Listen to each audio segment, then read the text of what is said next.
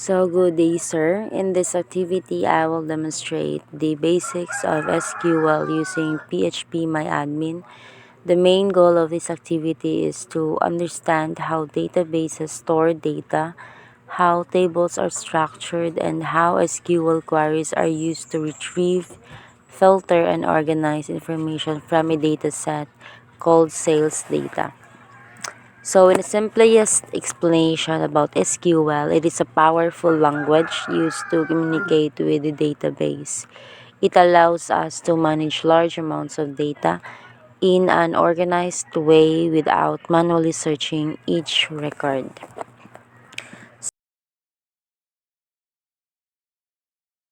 So, in the first step, nag-create ko ang database name salesdb inside PHP This data is a structured collections of data that serves as the main storage of all information in a system. Diri ibutang tanan tables and related data sets. So the purpose of this step is to create the main foundation of the system para ma-organize and ma-separate ang data properly and para ready ang environment for storing tables and records in a structured way. So, in step 2, creating the table. First is lagyan mo kong table nga sales data inside the database. This table is where actual data is stored in the rows and columns. Each column represents a specific type of information such as order ID, customer name, region, sales amount, and order date. Every row represents one complete record or transaction. So, the purpose of this step is to define the structure and format of the data para consistent ang storage information and para ma-determine kung unsang klase sa data ang pwede i-store inside the table. So, in step 3, inserting data. After creating the table, nag-insert ko og sample records gamit ang insert statement.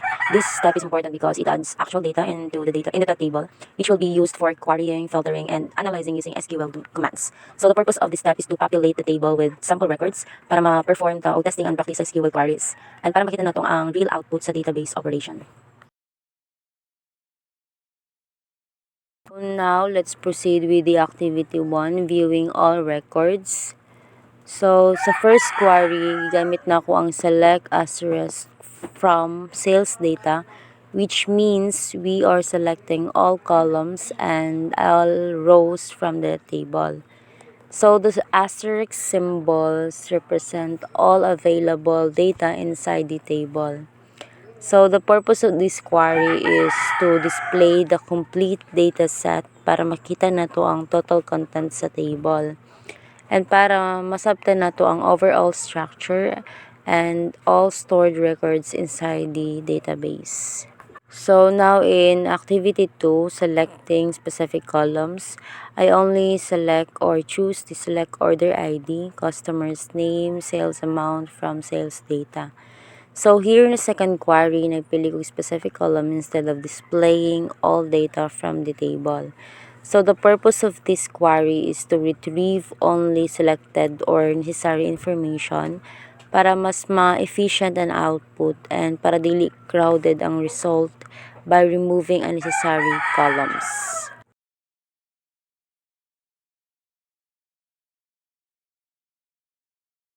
So now let's move forward with the activity 3, filtering using where. I select asterisk from sales data where region equals west. So in this query, gigamit na ko ang where clause to filter data based on specific condition. So the purpose of this query is to extract only those records that match a given condition. In this case, showing only sales records from the west region para mas target ang result.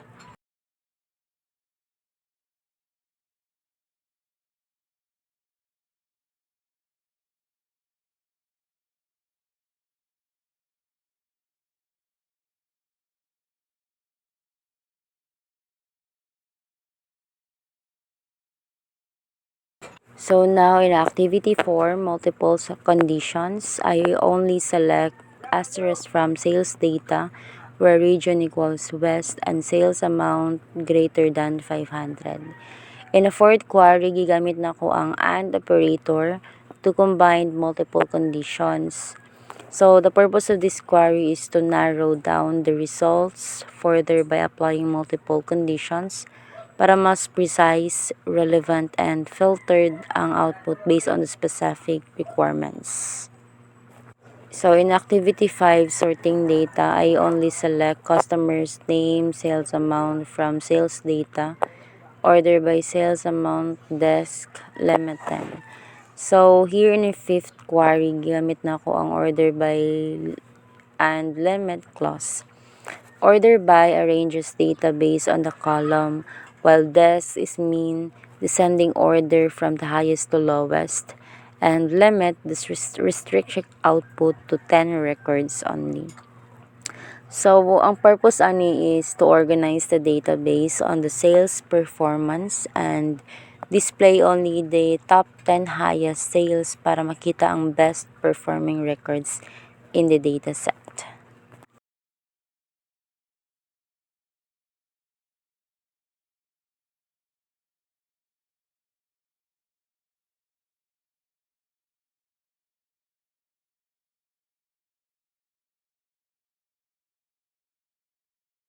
So in activity 6, using in operator, I only select order ID, customer's name, region from sales data where region in east, south, and north. So in the sixth query, gamit na ko ang in operator instead of multiple or conditions. So ang purpose diriya is to simplify filtering multiple values in a more efficient way para mas clean ang SQL statement and mas dali basahon compared to writing multiple or condition.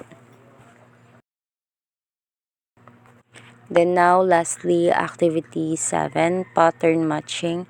I only select order ID, customer's name from sales data where customer name like. In the seventh query, gamit na ko ang like operator for the pattern matching. So the symbol means the name should start with letter A and the percent sign represent any following characters. So the purpose of this query is to perform pattern-based searching instead of exact matching para makuha ang records nga nag-start sa specific letter, in this case, letter A.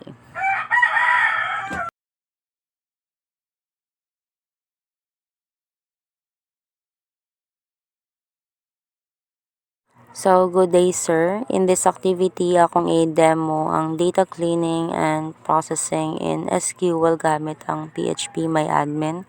The goal of this activity is to perform the same cleaning and summarization task nga ato himuon sa Excel. Pero for now, gamit na ko ang SQL queries. So, pinaagi ani na activity, makita nato giun sa niya pag-separate, pag-organize, at pag-analyze sa data sulod sa database.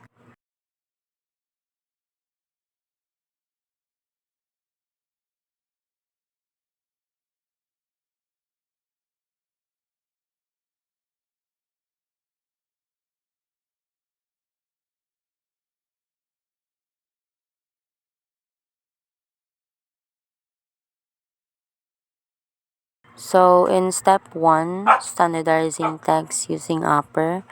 First is gopin ako ang PHP MyAdmin o akong gi-choose ang database nga naay sales data table. After ana, ni-click ko sa SQL tab o gisulod na ko ang query nga select order ID upper region as clean region from sales data. Pagkahuman, ni-click ko sa go button aron ma-execute ang query. So, ang purpose ani is, gamit na ko ang upper function because region names can be entered in a different formats such as west nga small letter tanan o west nga naka-caps lock tanan. Ang purpose ani is para same lang sila format tanan region names o maano nimo malikay nimo ang any inconsistencies nga database. So, as you can see, sa result, makita nato tanang region names na convert na siya into uppercase letters.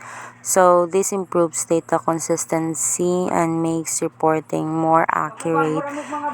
This improved data consistency and makes reporting more accurate because SQL will treat all region names as one standard format. Next is step 2, handling missing data using QLS. So, after ani, same process lang gihapon. Adayabon ko sa SQL tab o gira na ko ang query. Select order ID class, customer's name guest as customer's name, sales amount from sales data. After ani ni-click ko sa go. Ang purpose anin sa collace function because some customer names may be missing or contain null values. So, ang purpose niya, main purpose niya is aron mapulihan ang walay sulod nga customer names o default value ang guest. For example, no, kung makita ang SQL og null sa customer's name column, gina-automatic niya nga i-replace into guest. So, this helps make the data set more complete and prevents blank values in the reports. So, in step 3, categorizing data using case statement. After yan is giran gyapon ako ang query. I choose select order ID, sales amount, case when sales amount greater than 1,000, then high values when sales amount between 100 and 1,000, then medium value, else low value, and a sales tire from sales data. Layo ni-click na ko ang go. So, gigamit na ako ang case statement because I wanted to classify sales records into different categories. So, ang purpose ani kay aron dili na nato siya mabalan kung high or medium or low value ba ang isa ka sale. So, for clarification lang, kung ang sales amount mas taas sa 1,000, mahimong high value. Unya kung naa siya sa between 100 o 1,000 mahimong medium value. Kung ubos lang pud sa 100 mahimong low value. So this is similar to the F function in Excel where records are grouped based on conditions. So now let's proceed with step 4, aggregating data using group by. So, after ani, gira na po na ko ang query into select region, count order ID as total orders, sum sales amount as total revenue, average sales amount as the average order value from sales data group by region. After ani, gi-click gihapon na ko ang go. Then, ang purpose ani is I use the group by because I wanted to summarize the sales data by region. Ang purpose ani is to see the overall performance in each region instead nga individual transactions lang. So, in clarification pa rin, ang count is mo na siyang nag-ihap sa total orders. Ang sum is mo na siyang nag-compute sa total revenue. Then, ang average nag-compute sa average sales amount. So, this creates a summarized report that helps us understand regional performance more easily. In Activity 5, filtering aggregated data using having. Maura gihapon to giran gyapon ako ang query ay select region, sum sales amount as a total revenue. From sales data group by region having sum sales amount lesser than 1,000. Kung mananig, click yapon ako ang go. So, the purpose why I use having clause because I wanted to display regions that meet a specific conditions. And then, isa po is para ma-filter ang group results o makita lang ang top performing regions. So, for clarification pa rin, after sa SQL pag-compute sa total revenue sa each region, and having clause mo check kung ang total revenue ba mas taas sa 10,000. Only regions that satisfy the condition will appear in the result. So now, proceed na sa step 6. String extraction using substring.